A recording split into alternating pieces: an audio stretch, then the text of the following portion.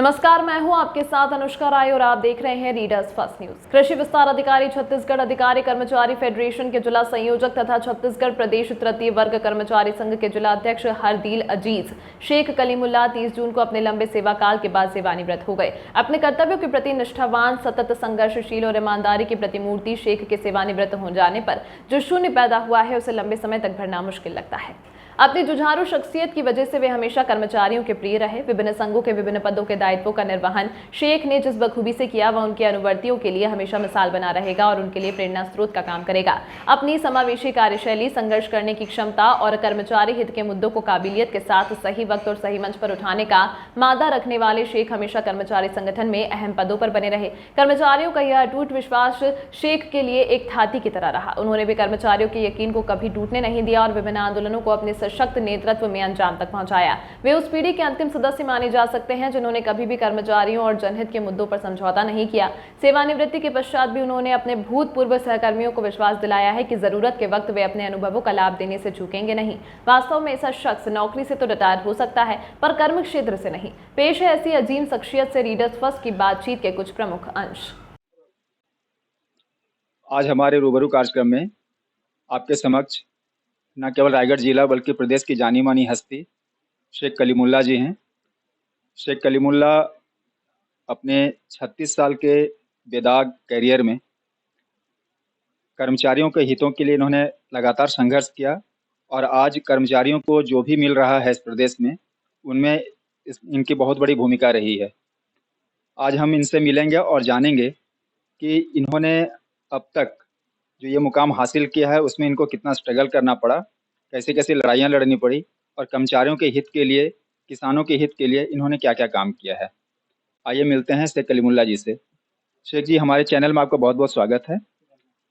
आपने किसानों के हित के लिए कृषि विस्तार अधिकारी और कृषि अधिकारी रहते हुए जो काम किया और कर्मचारियों के हित के लिए जो आपने काम किया, इसके बारे में हम जानने से पहले ये जानना चाहेंगे कि आपका फैमिली बैकग्राउंड और एजुकेशनल बैकग्राउंड क्या है, ताकि हमारे दर्शकों को आपका पूरा परिचय मिले।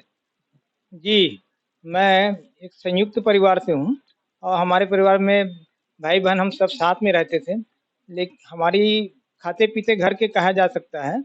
बहुत अधिक संपन्न नहीं थे लेकिन खाते-पीते घर के रहे। लेकिन इसमें भी एक विडंबना ये रही कि यहाँ पे सन 1964 में दंगा हुआ। उस दंगा से पहले बहुत अच्छी स्थिति थी। हमारे एक धनिक परिवारों में हमारा परिवार था, लेकिन उस दंगे में सब कुछ तबाह हुआ। उसके बाद फिर स्ट्रगल की एक लाइफ हुई। उस लाइफ में हम सब लोगों ने भी काम किया। ये कह सकते हैं कि बाल शरीक के रूप में हमने पूरे परिवार मिल कर के काम किए और धीरे-धीरे अपने पढ़ाई की तरफ हम लोग आगे बढ़े। हमारी माताजी कहती थीं कि भई आप पढ़ाई कीजिए, पढ़ाई करके नौकरी करना है, उनका ये लक्ष्य था। जबकि पिताजी का ये कहना था कि भई पढ़ो लिखो लेकिन धंधा करो, धंधा में बरकत है, आप धंधा करो वो ज़्यादा अच्छा रहेगा। और आज का जो सिस्टम है, जहाँ बेईमानी पूरे मतलब कर्मचारी जगत में है, कर्मचारियों के बारे में ऐसी धारणा लोगों में बनी हुई है, वहाँ पे जाकर के आप शासकीय सेवा मत करो। इसलिए पढ़ाई को नज़रिया रखते हुए आप शासकीय सेवा को नज़रिया रखते हुए पढ़ाई मत करो, ऐसा उनका कहना था। बहरकैफ पढ़ाई में मैं के क्षेत्र में भी मैं आप सबके आशीर्वाद से अच्छा रहा। जिस टाइम 79 में मैंने मैट्रिक पास किया, उस टाइम बहुत ही कम 34% रिज़ल्ट आया था, मध्य प्रदेश हुआ करता था। तो अपने क्षेत्र में फर्स्ट डिवीज़न में मैं पास हुआ था। तो लोगों का बहुत ज़्यादा उसमें बधाइयाँ मिली और उसके बाद से फिर हमारा कॉलेज का अपना लाइफ़ हुआ। लाइफ़ में 79 में आप सबको मालूम होगा कि उस टाइम अकाल पड़ा। अकाल पड़ा तो मैं डिग्री कॉलेज का स्टूडेंट था। हम लोगों ने जो ग्रामीण परिवेश के बच्चे थे, उनके जो शुल्क है उसको माफ़ करने के लिए एक धरना दिया। कलेक्ट्रेट तक हम रैली गए और वहाँ पे से अपनी एक सार्वजनिक जीवन का शुरुआत किया। मैं वहाँ पे कई पदों पे भी रहा। कक्षा प्रतिनिधि से मेरी शुरुआत हुई। पहले साल में कक्षा प्रतिनिधि और कार्यकारिणी में रहा छात्र संघ के। उसके बाद मुझे वहाँ पे छात्र संघ में उपाध्यक्ष भी रहा और उपाध्यक्ष रहते हुए भी 2 वहाँ पे उल्लेखनीय काम हुए हैं, जिसका उल्लेख करना चाहूँगा।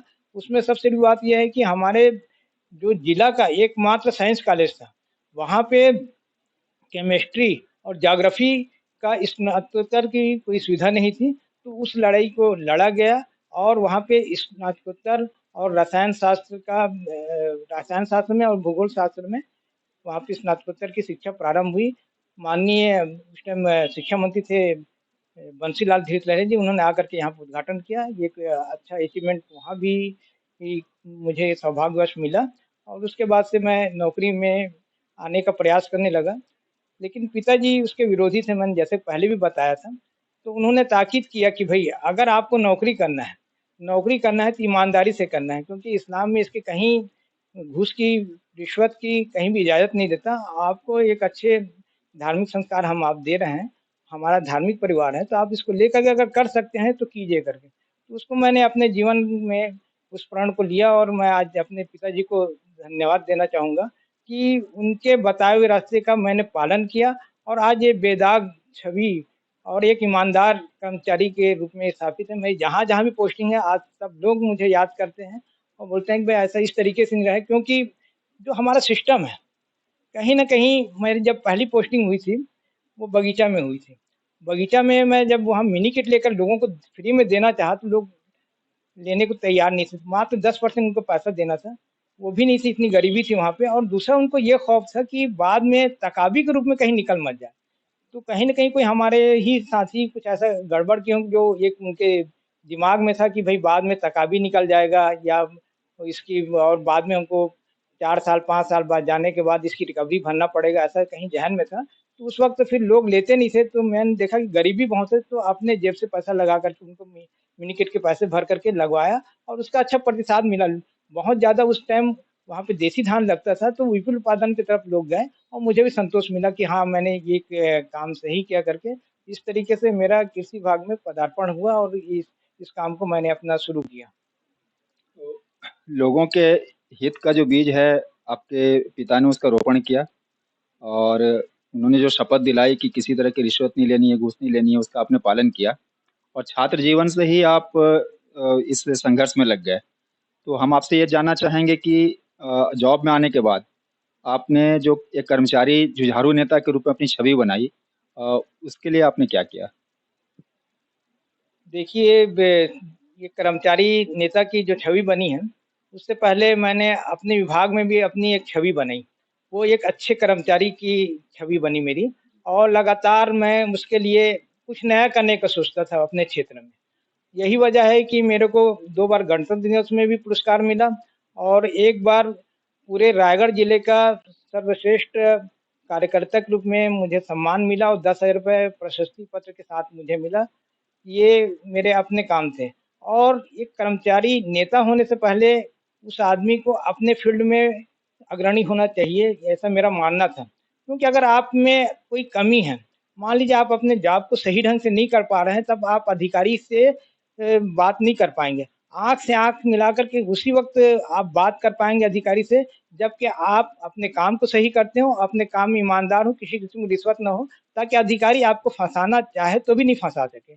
ये सब गुरु मंत्र अपने को मिला और हमारे उस टाइम तत्कालीन अनुभागीय अधिकारी श्री ठाकुर साहब थे, तत्कालीन उप संचालक गोनेकर साहब थे, इनको आज याद करना चाहूँगा कि उन्होंने इतना अच्छा मुझे मौका दिया कि सबसे ज़्यादा तिलहन का रकबा जो है, वो सरसों का जहाँ कुछ नहीं होता था, फसल चक्र के माध्यम से वहाँ मैंने लगवाया और बहुत अच्छा अचीवमेंट वहाँ रहा, जिसकी वजह से मुझे पुरस्कृत किया और एक अच्छे कार्यकर्ता के रूप में मैं वहाँ पे स्थापित हो सका।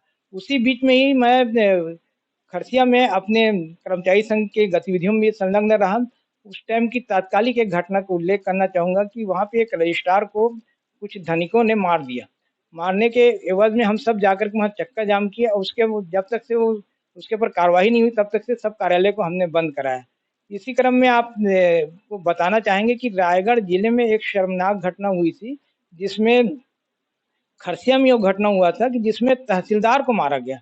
उस टाइम तत्कालीन कलेक्टर अमित कटरिया साहब थे और वो सब एसपी साहब थे, सब जा कर के उस मामला को देखे कि एक तहसीलदार को लोगों ने घेर करके मार दिया। हालाँकि वो मामला भी कुछ ऐसा था कि उस वक़्त एक बच्चे की मौत हो जाती है गड्ढे की वजह से, तो उसकी वजह से लोग आक्रोशित होके मार दिए, लेकिन मारना कोई हल नहीं है। एक प्रशासनिक अधिकारी आपको क्षतिपूर्ति लेके गया हुआ है, उसको आप लोग मारे हैं, तो उसके विरोध में पूरा जिले में बंद था और हमने खरसिया में जाकर के वहाँ पे मोर्चा सँभाला और उन एफआईआर की कार्यवाही की करवाने का वहाँ पे हमने किया और ये हमारा एक संगठन का ताकत था हमारा कि सब लोग एक आवाज़ पे इकट्ठा हुआ करते थे और उसके लिए हम संगठन का काम इसलिए भी करते थे कि किसी भी कोई कर्मचारी की समस्या को ईमानदारी के साथ उसको हम समाधान करने की कोशिश किया करते थे।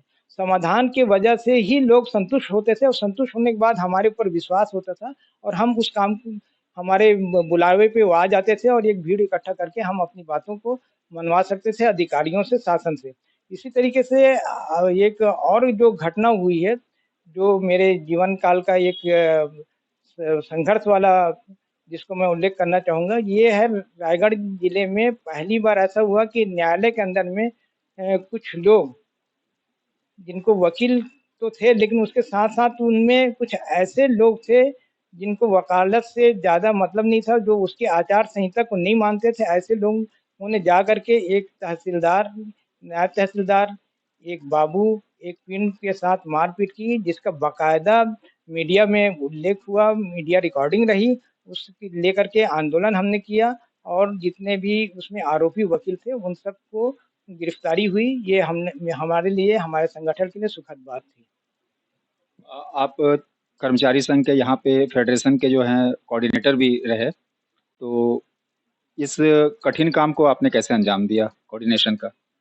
देखिए, मेरा मूल जो संगठन है, वो तृतीय कर्मचारी संघ का संगठन है। उसका मैं जिला अध्यक्ष के नाते मुझे यहाँ पे संगठन में जितने भी फेडरेशन हैं हमारे, वो सब फेडरेशन के जिसमें हर मान्यता प्राप्त कर्मचारी संगठन है, उनके अध्यक्ष हुआ करते हैं। वो सब मिल कर के उन्होंने मुझे संयोजक का दायित्व दिया। संयोजक का दायित्व बड़ा ही जोखिम वाला रहता है। हर चीज़ लोगों को संतुष्ट करने की कोशिश करनी पड़ती है। अगर एक साफ शब्दों में कहा जाए तो मेंढक की बारात समझिए, कोई और किसी तरफ जा रहा है, कोई और किसी तरफ जा रहा है, कोई किसी से असंतुष्ट हो रहा है, किसी से संतुष्ट हो रहा है। ये सबको तालमेल बैठाना बड़ा मशक्कत का काम था। लेकिन अल्लाह का शुक्र है कि मैं इस काम को बखूबी निभाया। ऐसा लोगों का आज विदाई समारोह वगैरह में जब मैं जा रहा हूँ, लोगों की जो प्रतिक्रियाएँ आई थी उसमें मैं सफल रहा। ऐसा लोग कहते हैं और मुझे भी संतुष्टि है कि मैंने जितने भी संगठन हैं सभी को उनका जो यथोचित मान है वो मैं दिया। जिनको जहाँ ज़रूरत पड़ी, फ़ोन की ज़रूरत पड़ी, फ़ोन से और जिस मैसेज से हर को इकट्ठा करना समय पे अगर उनका कोई काम आ रहा है, सिर्फ़ फेडरेशन के संयोजक होकर के ही मैं नहीं रहा, बल्कि अगर उनको ज़रूरत पड़ी है तो वहाँ पे भी खड़ा रहा। यहाँ पे किसी भी कर्मचारी मामले में किसी भी संगठन ने मुझे बुलाया तो वहाँ खड़ा हुआ। उसका प्रतिफल मेरे को ये मिला कि मेरी बातों पे सब आया जाया करते थे। एक अच्छा सशक्त संगठन रायगढ़ छत्तीसगढ़ कर्मचारी अधिकारी फेडरेशन का रहा है, इसका मुझे गर्व है। आपका इतना लंबा करियर रहा, बेदाग भी रहा, आपके जुझारूपन की सब तरफ चर्चा भी रही और अब आप सेवानिवृत्त भी हो गए। हम आपसे ये जानना चाहेंगे कि इतनी लंबी पारी खेलने के बाद अब आप सेवानिवृत्त होकर कैसा महसूस कर रहे हैं और इस पूरे करियर को आप किस रूप में देख रहे हैं, किस नज़रिए से देख रहे हैं?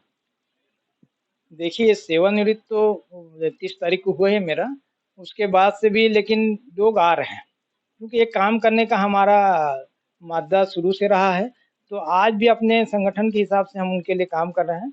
और मैं एक बात फिर बतलाना चाहूँगा कि अन्याय के खिलाफ मैं शुरू से लड़ता रहा हूँ। जहाँ भी अगर किसी कर्मचारी के खिलाफ कोई अधिकारी अन्यायपूर्वक कार्यवाही किया है, तो हमने वहाँ पे जा कर के उसका प्रतिरोध किया है। अगर किसी कर्मचारी के साथ कोई मारपीट की घटना किसी भी ग्रामीण के द्वारा किया गया है, तत्काल हमने उसका प्रतिरोध किया है, उनके ऊपर कार्रवाई की है, संस्थित करवाई है और उनको गिरफ्तार करवाया है। तो ये हमारा काम करने का अपना रहा है, लेकिन आज महसूस हो रहा है कि भई एक बंधन था हमारे अंदर कि हम शासन के खिलाफ एक हद तक जा सकते थे। हमारे सामने सिविल आचरण अधिनियम हमारे थे जिसमें हमको बाँध करके रखा गया था, लेकिन आज हम फ्री हैं। फ्री होकर के हम अपने साथियों के हक में जो ज़रूरी है उस लड़ाई को लड़ेंगे। उसके अलावा आज जो आम जनता की जो बातें हैं, आज आम जनता जो महँगाई से करा रही है और बहुत से मामलात हो रहे हैं। हम रायगढ़ में अगर बात करें तो प्रदूषण को लेकर के बहुत बड़ा काम होना चाहिए। ये सब जो नहीं हो पा रहा था उसके लिए हमारी कोशिश रहेगी कि हम करेंगे। हालाँकि ट्रेड यूनियन काउंसिल का मैं धन्यवाद देना चाहूँगा, उसके माध्यम से जो बहुत कुछ मैं कर सकता था, जो नौकरी में नहीं कर इधर शासकीय सेवा के एक के नाते अपन नहीं कर सकते थे, लेकिन ट्रेड यूनियन के एक संबद्ध संगठन होने के नाते हम अपनी बात को, अपनी आवाज़ को उठाते रहें। मैं कॉमरेड गणेश कुशवाहा को भी धन्यवाद दूँगा कि उन्होंने बखूबी मुझे आगे बढ़ाया और अपनी ज़िम्मेदारी को करने का पूरा मौका दिया है। यही वजह है कि हम रेल की जो लेट लतीफ़ी है उसके खिलाफ, पहलवानों के यौन शोषण के खिलाफ, रसोई गैस वृद्धि के खिलाफ, ऐसे जो भी जनहित के मुद्दे हैं, खास करके अभी हसदेव अरण्य का एक मामला हमारे सामने आया था, इस सब के लिए हम लोग लामबंद होकर के वहाँ पे अपनी एकता का परिचय देते हुए इनके खिलाफ मुखर हुए हैं। और आगे भी हमारी कोशिश रहेगी कि जो आम जनता की बातें हैं, उन सब के लिए हम कुछ काम करें, क्योंकि आज फ्री होने के बाद भी आम जनता को इतना समय नहीं है, लेकिन जनवादी संगठनों का ये दायित्व हो जाता है कि ये सब जो जनहित के मुद्दे हैं, आज कहीं न कहीं राजनीतिक पार्टी भी उसको पुरजोर ढंग से नहीं उठा पा रही हैं। कहीं न कहीं आप देखेंगे कि ट्रेड यूनियन काउंसिल शुरू से लेकर के नई आर्थिक व्यवस्था का विरोध करता रहा है, उसका खमियाजा आज पूरा देश भुगत रहा है।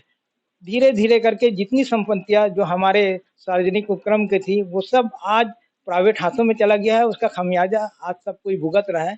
आज देख रहे हैं कि ट्रेनें इतनी लेट लतीफ़ी हो रही हैं, यही इमरजेंसी के टाइम की बात है कि 1 मिनट, 2 मिनट होता लोग सस्पेंड हो जाते थे। आज तो 5-5, 6-6 घंटा, और कब ट्रेन कब आएगा इसका कोई ठिकाना नहीं है।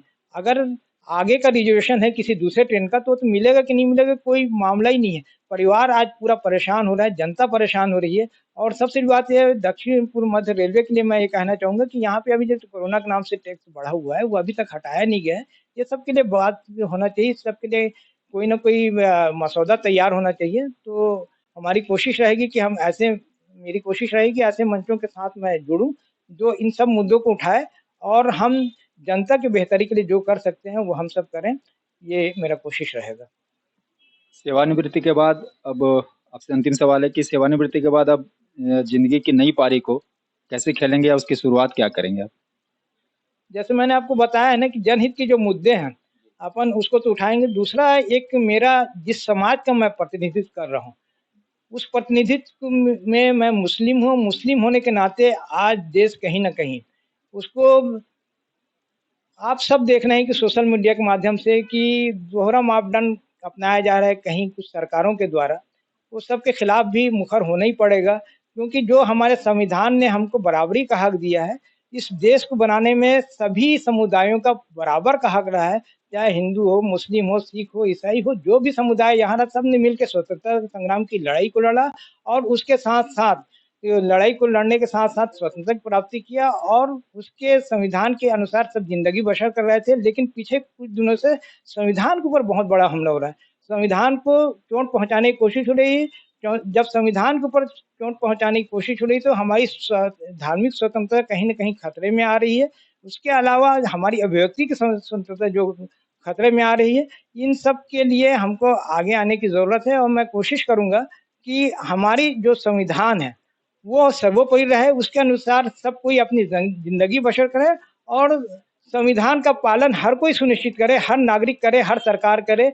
और इसके लिए जो ज़रूरी कदम है वो हम सब की तरफ से उठाया जाना चाहिए और हमारी कोशिश रहेगी कि हम संविधान को लेकर के और आपसी सद्भाव जो हमारा एक पुरातन यहाँ की हमारी संस्कृति का रहा है, गंगा जमुना कल्चर हमारा जो विश्व विख्यात था, वसुधैव कुटुंब जो हमारी यहाँ की परंपरा रही है, ये कहीं न कहीं आज खतरे में नज़र आ रही है। इन सब के ऊपर काम करने की ज़रूरत है और मैं चाहूँगा कि मैं ऐसे संगठनों के साथ जुड़ूँ, जो आज सर्वधर्म की बात करें, जो गंगा जमुना तहज़ीब की बात करें, जो संविधान की सर्वोच्चता की बात करें, ऐसे सब लोगों के साथ जुड़ना चाहूँगा और जुड़ कर के काम करना चाहूँगा।